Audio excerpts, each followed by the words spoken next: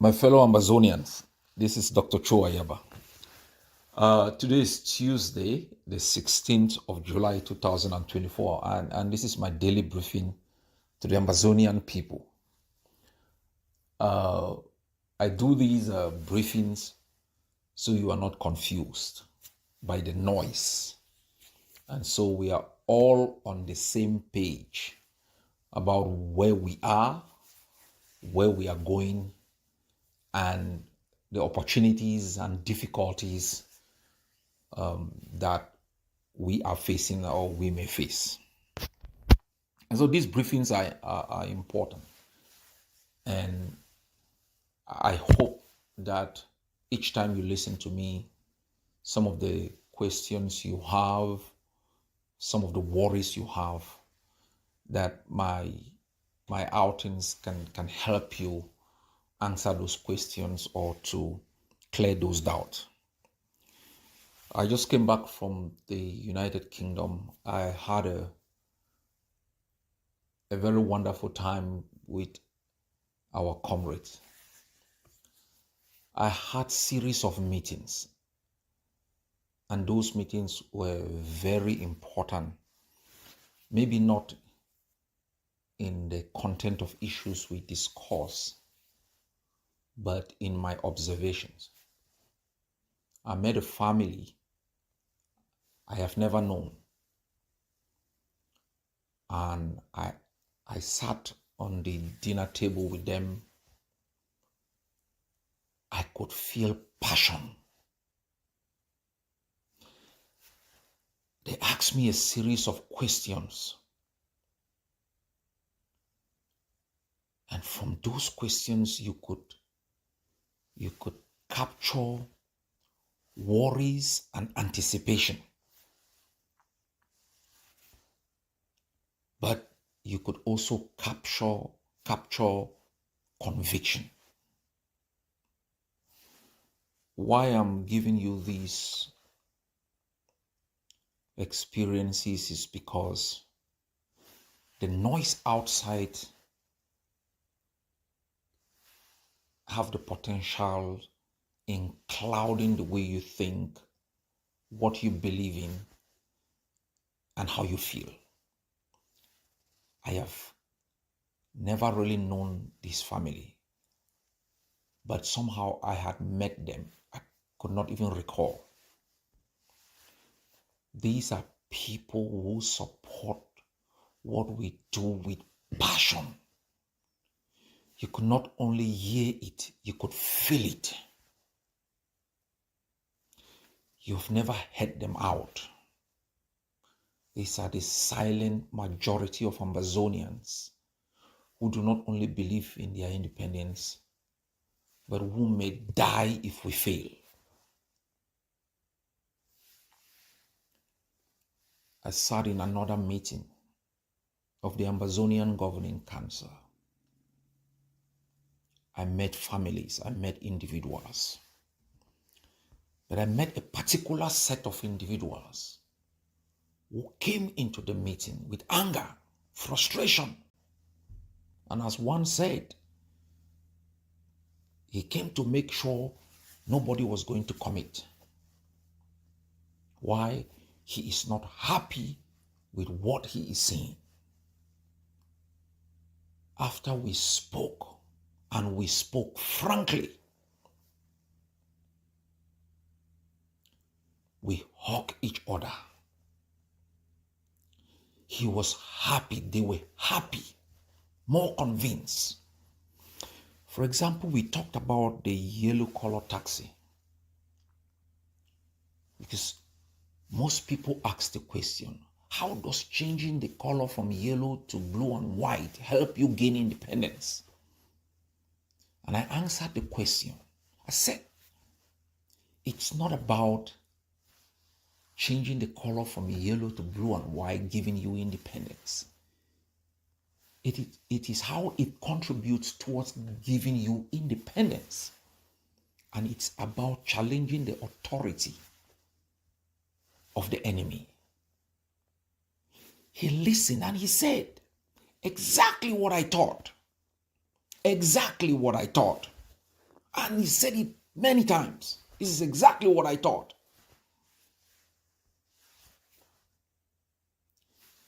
The enemy exercises authority in the laws it makes, in its practices, in everything it does. We must reclaim that authority and give it to the Ambazonian people through the civilians, to our forces. Every time we undermine their authority, we take control. They say the sky must be black. We say no, it must be blue and white. We reclaim it. They say tires must be black. We say no, it must be red. Because they do not have authority over our land. Independence is not simply taking over the land.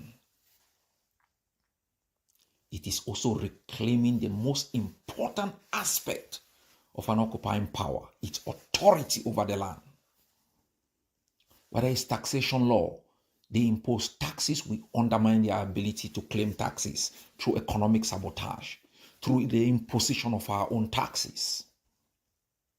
They say, CEMAC number plate, who the hell are you?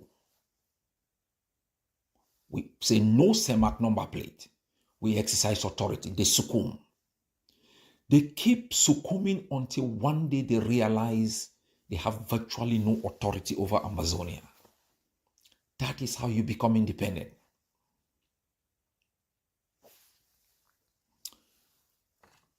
So these meetings were very important.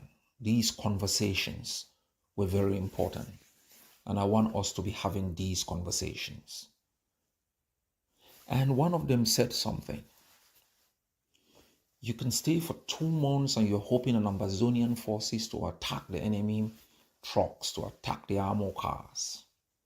We impose a rule and we all are fighting. You see chaos, you see quarreling. No, I don't see quarreling. I don't see chaos. I see a strong conversation. Whether you oppose it or you like, you are for it. That conversation generates a sense of Ambazonian consciousness. It puts the enemy in a position of confusion to the point where they are able to organize demonstration. You imagine that? Every neighbor, every individual Ambazonian, whether they like it or they don't like the policies, they are talking about it. That is how you create the groundswell of nationalism. That is how you communicate aspirations. That is how you deal with issues. You've seen fighting in parliaments. You've seen screaming in US Senate.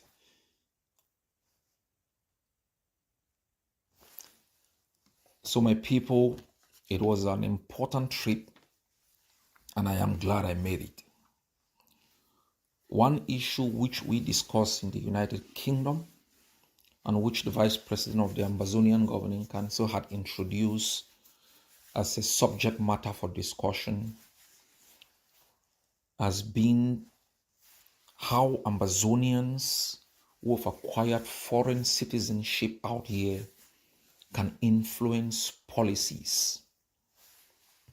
It is not only going to be through petitioning, through deputations, through demonstrations. It is going to also be through using the power of your vote to influence policies within these countries. And so we will be adopting these as a policy to make sure that where Ambazonians are concentrated, if there is a local MP, a local senator, a congressperson who is seeking election, we will introduce the Ambazonian question and make sure that they can look into any aspect of that overall question. Otherwise, we will not vote for them. We will vote for any representative within that particular constituency that takes up the Ambazonian question as a subject, policy, or practice matter. So we will increase our activities out here to make sure that we can also determine who sits in parliament, congresses, senate from particular constituencies by harnessing the power of our vote. So this is an important issue, and we'll have a good meeting on Saturday, which we will discuss and clarify certain questions. We also discuss in the United Kingdom what they call class actions. The United Kingdom is a particular constituency where class actions are possible. We were briefed by one of our comrades how class actions can be used to alter policies and practices. And we will be working on this with some barristers within the United Kingdom to make sure that we open another front. You have seen how La Republic has been using fake lawyers to do international propaganda on legal questions.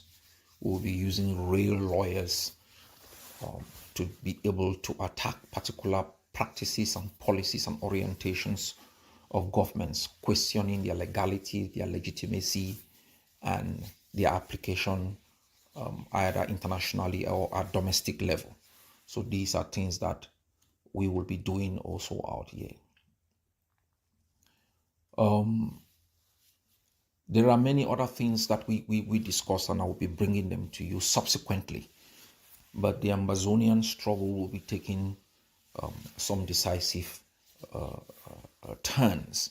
There are ongoing discussions within particular countries, and I will allow those constituencies to communicate those discussions to all of you, the Ambazonian people, in due time so that they can be emulated.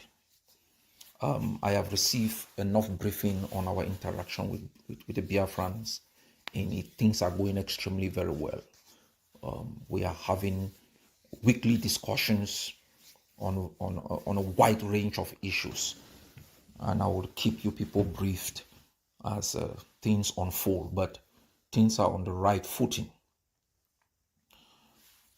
On ground zero, our forces in the Bamenda Brigade have opened the Mbengwe Road as from today, and I know most of you have taken issues almost reaching tribalistic tone on that particular action. I want to let you people know that Ambazonia is at war, and there are particular issues we cannot discuss publicly, but Cameroon has instituted a particular strategy to undermine our strongholds. You don't see them, we see them. You may not know that they have opened a particular barrack in Bui, and that barrack, we have been attacking it constantly because they use them as centers to gather intelligence, to prepare attacks, and to bring in blacklegs to provide them with information. So the Alabam, the Mbamenda Mbengwe Road through Alabam was closed for security reasons.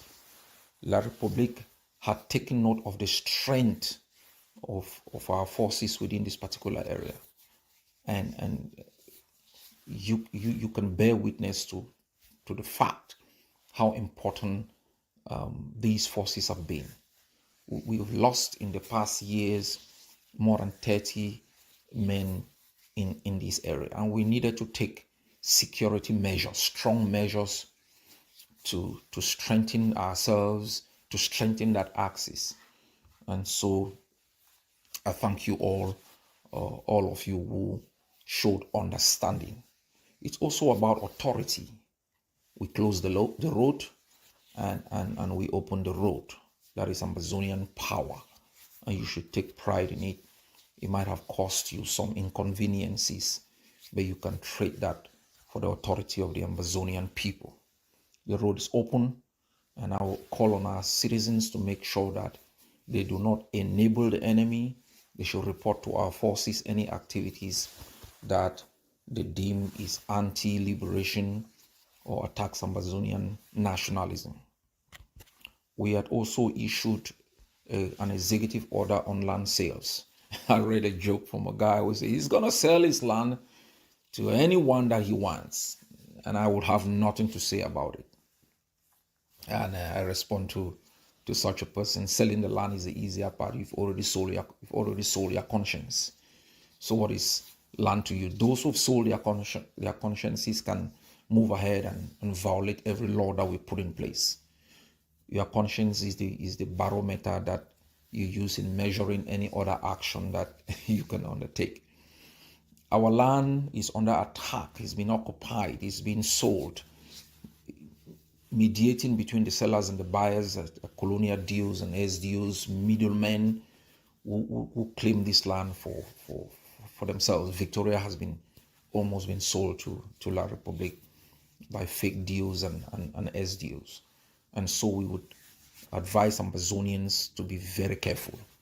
Selling of land to La Republique citizen is banned. You do that, and we will claim that land, and we will arrest you for violating liberation laws, and the buyer is going to lose both their money and the land. This is a serious issue. It's not about trying to punish anybody. It's not trying to interfere in your private land issue. It is a national security issue, and we must be very clear about it. We have been going ahead to support forces across different states to strengthen our defense capabilities, and we will continue to do so. We have been investing millions in the past weeks to make sure that we can provide support to our forces, and we have been working very hard to make sure that these forces work together. We gained a lot of strength at the beginning of our armed resistance. We had a lot of setbacks, and we've been working cautiously to rebuild confidence within the forces, clarify outstanding questions, provide the level of education, and to make sure that the actions we take, like in liberation tasks, in ensuring collaboration, sharing of intelligence, is going to undermine the in-depth corruption that also exists amongst our forces. We have instituted teams, commissions, and committees to investigate allegations on ground zero, allegations of corruption, violation of liberation laws amongst our forces. We will continue to do these things, making sure that the culture we develop today during this resistance is consistent with the culture that we want in a free and independent Ambazonia. We are not going to postpone virtue and adopt vice that will have devastating consequences at independence. Those are the things that, provide the foundation for post-independence instability. We have a pandemic on the ground, lack of electricity. My people, we have developed and will be publishing the manifesto of Ambazonian independence. This manifesto does not only capture what we are fighting against, who we are fighting against, but it lays out clearly the blueprint for what we are fighting for.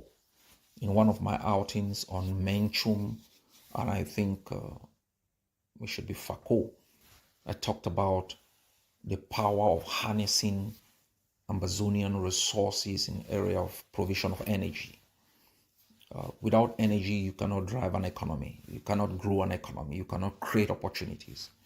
And Amazonia is blessed with solar power opportunities, hydro electricity power opportunities that can power not only Amazonian economy, light every household, but we can market this energy to millions of people in different countries and generate the resources that we can invest in education, in health, and in our infrastructure.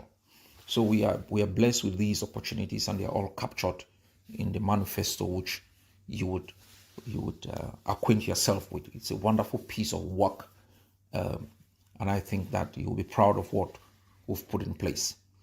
This is consistent with our sovereignty projects build up.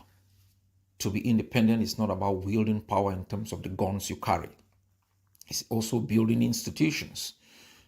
Sometimes when you start building these institutions, people are like, well, The people who started the electric car, they built little boxes. Sometimes we describe them as washing machines. Those were prototypes. Before you open your eye, there is Tesla that is dominating, the electric car industry and the motor vehicle industry.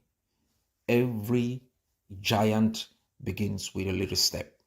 And so it is very important that we embrace the things that we are doing. We should not be awashed by the finality of what others have achieved. If we do not embrace, our own prototypes, our own experiments, we will go nowhere. We will become consumers in the world. Every other person will produce and will be buying. So Ambazonians should embrace their educational system, which we have put in place through community schools. You should embrace the sovereignty agricultural projects, embrace the sovereignty health projects that we are putting in place. This is what you call independence.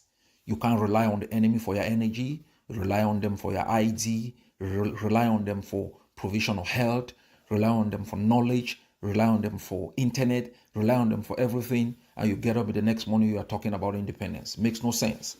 Independence is not simply carrying guns alone. It's what the opportunity the guns provide you. And guns are designed to create the spaces within which you can develop these sovereignty projects. My fellow Amazonians, La Republique is bankrupt. As I said the other time, it spends 45% of its GDP in severing its debt. And I'm not talking about paying the actual debt, but paying interest in the debt. It cannot be redeemed. It is a country heading to total collapse.